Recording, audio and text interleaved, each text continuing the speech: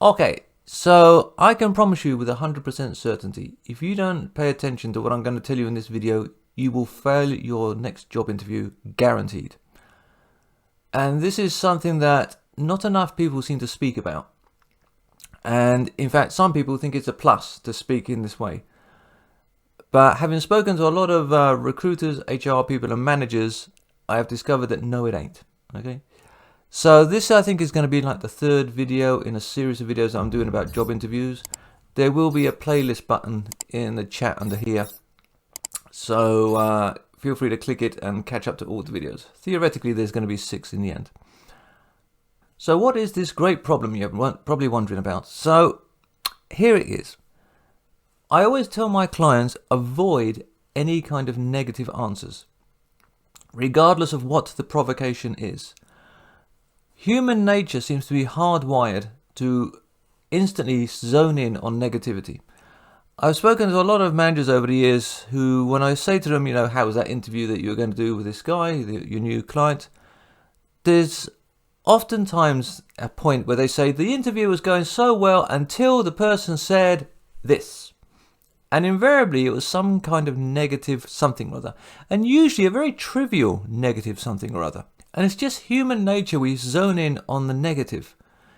You can have like 9 positives, 1 negative, and all the interviewer is going to remember is that one negative thing that you said. And it can be such a tiny thing, and just rephrasing the answer, suddenly it becomes a positive. So I'll give you a couple of examples here and now. So the most basic one that everyone screws up on, oftentimes, is that whole, why are you leaving your current position? Now, if you're leaving your current position because you believe the person who got your promotion did so by having sex with the right people or some other means of deception, you do not say, I got screwed over by so-and-so and that's why I'm leaving because I can't go anywhere. No, don't say that. So you can turn this into a positive. You can say, in the current company, I've gone as far as I can, there's no opportunity for advancement, and so I'm looking to join another company where there are opportunities. The scenario is the same, you've just changed the way you've said it. Another one, very common one, is bad-mouthing your previous boss. So if your current job is one of these companies where they are obsessed with things like KPIs and other performance indicators, and that's all they care about, like just get to the numbers. Your manager is like, we must achieve these numbers so we all get our bonus next week or some whatever. Or rather, he gets his bonus, you probably get diddly squat. So you can flip that and say, in my current job, I feel the company is a bit too focused on end result and not so much on the process and the well-being of the staff or the well-being of the client or something like that. Okay, you're still saying exactly the same thing, but you're not saying it in a negative way. So a surefire killer is when the interviewer says, do you have any questions for us? Or for me, or whatever. And you say, no. That is a total no. You must come back with something, and ideally make it something personal to the interview you've just had. It can be like a trivial piece of nothing. Literally, a trivial piece of nothing. But have something that is specific. Don't come out with the blanket, like there's 10,000 examples on YouTube and everywhere else, like, just say this and just say this, and it'll make you say, like, please tell me more about my benefits, or please tell me more about working hours. No, have something very specific. Do your research about the company, ask a very deep question if you can. Of course, there is the very common trick question in the job interview, where the interviewer will ask a variation of, if I was to ask your co-workers about 3 faults that you have, what are they? Something of that variation. And this basically is an open invitation to,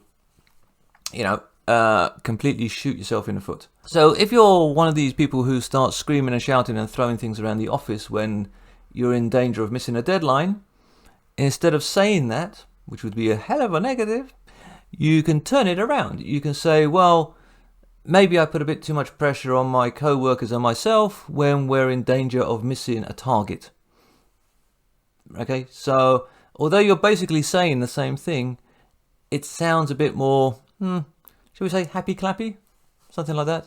not a flat out negative. And a thing to remember with all of this about not sounding negative is the whole soft skills bullshit. Nowadays, a lot of companies put more emphasis on, are you a good fit, over do you have the skills?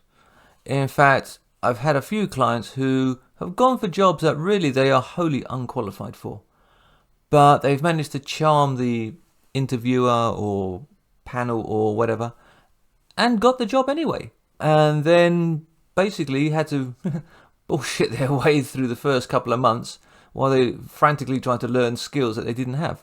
So here is the takeaway of today's little piece of advice.